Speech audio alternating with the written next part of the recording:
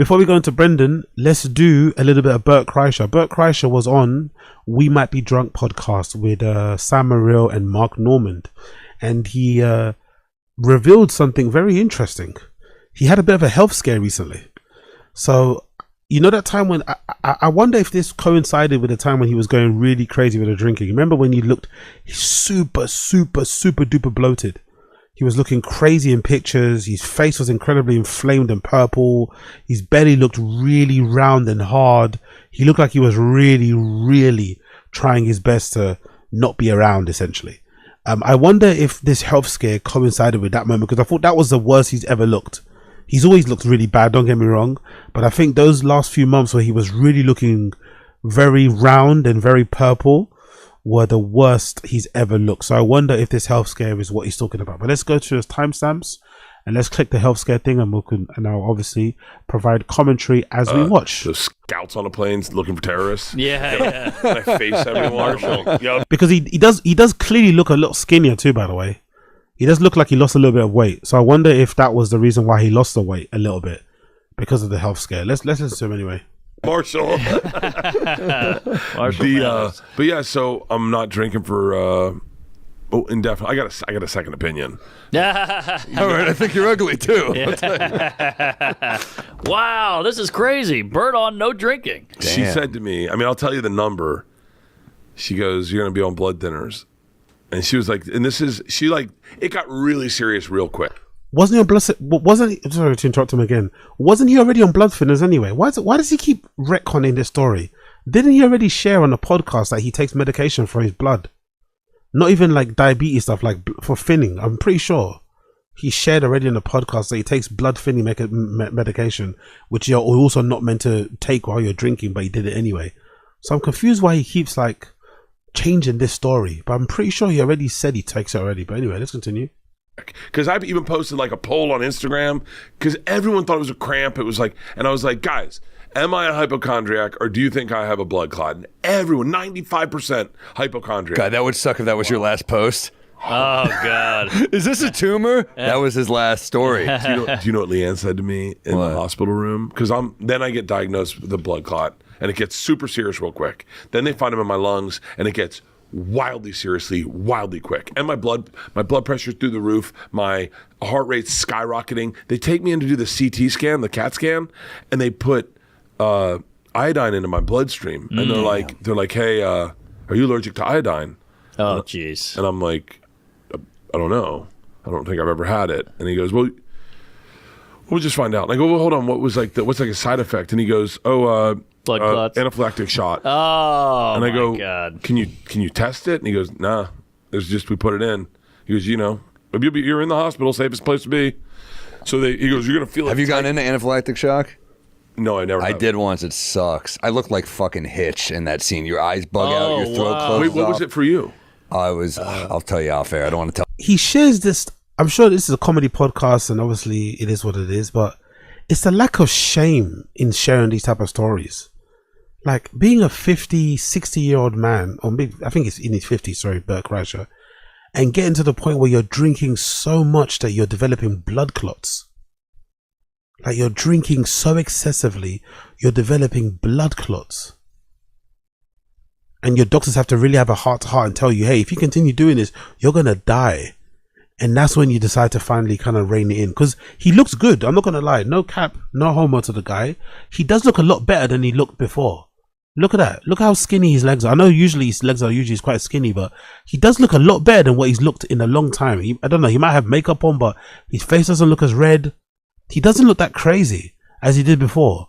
So he's clearly, you can tell he's not lying. He's clearly been off the booze a little bit. And you could tell he's been off the booze because he looks the way he does. Because, anyone that knows anyone that drinks a lot, when you stop drinking for like a week or a couple of weeks, the results are quite instant in terms of how much better you look. But It's just the fact that he had to get to a point where he's developing blood clots. That's only the reason why he stopped drinking. Tell people my Achilles Was heel. was it cum? It was cum. God damn He'd it. be dead by now. Yeah. Damn. Yeah. So then, But no, it's brutal, dude. They got to jam take that a fucking Benadryl. EpiPen to your leg. well, what's crazy? And a bird shit on me on the way to the doctor. My mom rushed me to the fucking hospital and a bird shit on me. And my mom's like, "That's good luck." That's And I was good like, luck. Doesn't That's good feel luck. like good luck right Yeah. now, but So they go God damn it. when they tell you Oh, you're going. no. When you get iodine, they go. Your throat is going to tighten. yeah. It's going to get real hot, And by the way, this is like what happens. Yeah, when you and then you're going to Going feel like you anaphylactic shit shock. yourself, and you're going to feel like you pissed yourself. Okay. And I'm like, these are all symptoms of anaphylactic shock, I think. Yeah. And so No, how do not I know if I'm pissing, having shitting anaphylactic yourself. shock? Yeah. So they flood me with iodine, and I feel it, and I feel like I shit myself. And by the way, I'm naked on this thing with a blanket over my dick. Jesus. And then the guy comes up to me, the nurse comes up to me, and he's like, I'm in the CAT scan, and they stop it, so I'm halfway through. And he just leans in, and he goes, "Hey man, are you having a heart attack?" And I was like, I don't know. Why are they out of the doctor? Yeah, go give me a fucking answer here. You got a lot of Yeah, questions. right. Am I allergic to iodine? I don't know. Yes. And so I go, I don't think I am. And he was like, your heart rate is through the roof and your blood pressure is skyrocketing. And I was like, dude, I'm having a fucking panic attack. You asked me if I'm allergic to iodine. I feel like I shit my pants. I'm getting a CAT scan. And then he just goes, oh no, never mind. The phone rings. The answer, he goes, you got blood clots in your lungs. And I was like, and so in your lungs. yeah. And so I don't know anything about. Jesus Christ, man. Like, the body is resilient, isn't it? The body is a resilient organism. The body is fucking resilient, isn't it? Because can you imagine the amount of abuse? Because we see what we see on camera, right? We see what we see on live stream. We see what we see on pods. But could you imagine the amount of stuff he was putting his body through off camera? On the road, in the green rooms and stuff. The fact that he's still standing is a miracle, if you're honest, because the way that he was talking and going on when it comes to booze and stuff, like, that was his first true love. You know, it seemed like for sometimes when he spoke about booze, it sounded like he spoke about booze in a more loving way than he speaks about his wife, about his children. You know, like he loved booze more than he loved his own life.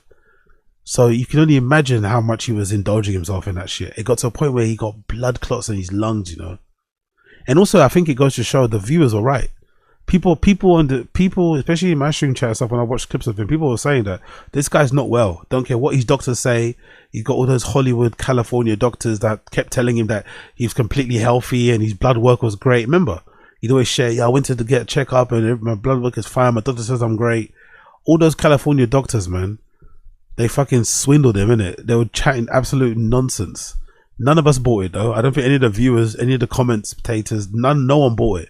Everyone was like, nah, he's definitely dying on the inside. There's no way this guy's okay. You don't live like this and you're okay. Fucking hell. This, how bad? Well, they're not as bad. So blood clots can get, it's the embolism where the blood clot explodes, I think, in your lungs that you don't want. I had blood clots in my lungs. I mean, I never saw a picture of them, so, but they said they were small. They weren't like, you know, crazy big. Jesus. But then they're like, the lady goes, He's burying his soul right now, Mark. Sorry. He's talking about his medical. when you fart in leather pants, it sticks in them. Bert's like, it was stage 4. Mark's like, hold on, let me get a look. Sorry, I had eggs for lunch. so then they come in, they're like, yo, we're going to put you on blood thinners. It's really serious. You need to take this very serious. You need to be on blood thinners. And I was like, for how long? And she goes, 6 months. Jesus. And I go, So you're sober for 6 months? yeah. Oh my God. Dude, you're going to get ripped. I mean, I guess. I got a second opinion. Yeah. I was like, hold on. So then I call my Take this seriously. I call my dude. cardiologist. What? Hold on. get I Dr. call my Oz in here. cardiologist and I go, yo. So I'm on blood thinners. I think this is a bit, by the way. I don't think he's the whole second opinion thing. What I think it's a bit. I do think the way that he looks, I think, is proof. I think getting that diagnosis that he had blood clots in his lungs, being told that if he continues drinking at his age, it would most likely lead to his death, I think scared him to death, and he's definitely stopped drinking because of that. I think the whole I'm gonna get a second opinion stuff is not true. I don't like, for as much as Bert likes to, you know, push the limits, he's also somebody that wants to be alive. Like how often does he talk about, he's death and his funeral and wants to be around forever? He doesn't want to die, he wants to be around. He wants to enjoy the fruits of his labor. He's fucking, he wants to be an attention seeker. He wants to be out here doing these fucking corny, cringy marketing little stunts that he does. So I'm sure that you're probably not going to see him drink the way he used to drink before again anytime soon. I think this is just a bit he's trying to do to kind of sound cool and to make it seem as if like, he's the old Bert. But I think that diagnosis definitely scared him straight, for lack of a better term. Because I think you should be on blood thinners for the rest of your life. I mean, it's not bad, but like a mild blood thinner. And I was like, but wait, can I drink on them? And he was like, listen, I can't, like, it doesn't really affect. I can't say there's any correlation between your blood clots. Oh, big up Coiler. I don't think that's how getting rid. But I think this is a bit. He's trying to recycle Sober October. He's that much of a hack. I don't think you think so. You think so? I don't think the whole thing's a bit. I think him saying, I'm going to get second opinion so I can continue drinking is a bit. But I don't think the whole thing is. I wonder, what do you guys think in the stream chat? Do you believe this? Does anybody else in the stream chat agree with Coiler? Do you think this is all just one big ruse to kind of garner sympathy and all that malarkey? What do you guys think? Blood thinners and alcohol. But what I can tell you is you have blood clots in your lungs and in your leg, and you should focus on your health to get rid of them. And then come back. He goes, come back in 3 months. We'll take a look at it. Come back in a few months. But I went from crazy pain in my leg, like I mean unbearable, unbearable, couldn't find comfort sleeping, to now like I took a walk in the park today. I've been working out. I don't feel it the way I did. So the blood, and I was on a crazy amount of blood thinners, and now I'm on like just like 2 a day, and no Tylenol, and my blood pressure is perfect. I feel great. And that's the problem with not drinking, is like you just feel good. You feel fucking incredible. But you also got the Mickey Mantle gene, so you might heal in like half the time. I set an appointment. What kind of sentence is that? That's the problem with not drinking. You feel amazing. Why is that a problem? Why would that be an issue? You feel amazing because you're not drinking. That's a real big problem. Why would that be a problem? Like, don't you want to see your kids graduate? Don't you want to grow old and grey with your fucking wife and shit? Don't you want to enjoy a comfortable life in your adult, in your old age, with all the money you've accumulated, all the hard work you put in? Like, what is this? Like, I don't know. Such a strange thing to say. The bummer is that you start to feel really good. It's like, huh? Day after the Super Bowl to get my leg checked. I tried to get in there the day before the Super Bowl. Yeah. Because I was like, fucking Super Bowl party. Drinking? Yeah. You know what's weird? You know what thins your blood is alcohol. So you'd think it would help. I think the alcohol isn't bad. It's not bad. It's not bad in the whole scheme of things. What it is the alcohol causes inactivity on a plane, and you pass out. And I think I passed out on my flight from New York to here with my leg underneath me. No, I think the alcohol is bad. I don't think you developed blood clots in your lungs because you passed out and fell asleep on a plane after drinking a couple. You get blood clots in your blood because you've been abusing alcohol. You're an alcoholic, essentially. That's what happens. When you're an alcoholic, you develop these things. It's not because you've been crossing your legs while you were sleeping on a plane. Like, let's be for fucking real. But yeah, man. In short, this is a good thing, I think, for Bert going forward. It's a good thing. I believe it happened because I think the proof is in the pudding. I don't think this is a bit. I think that this is true because he clearly looks like he's lost a bit of weight. He looks less red and less puffy in the face. He even sounds different voice-wise. I personally do think this is a real thing. Powerful bunch. Big up. Who's this? This means our boy Chin might have some dried prunes sitting in his lungs then. Get that boy to ways to well. Stat. Some dried prunes is crazy. Big up Asada Aziz. That's a crazy thing to say, but yeah, for sure. It's a miracle that Chin doesn't have them. Maybe Chin is okay. Maybe Chin avoids having dried prunes in his blood because of all the fishing trips he takes, all the unloading and all the loading and unloading of half his apartment every time he goes for a fucking catch and cook. Goes out to camp and do a catch and cook might have helped him. But yeah.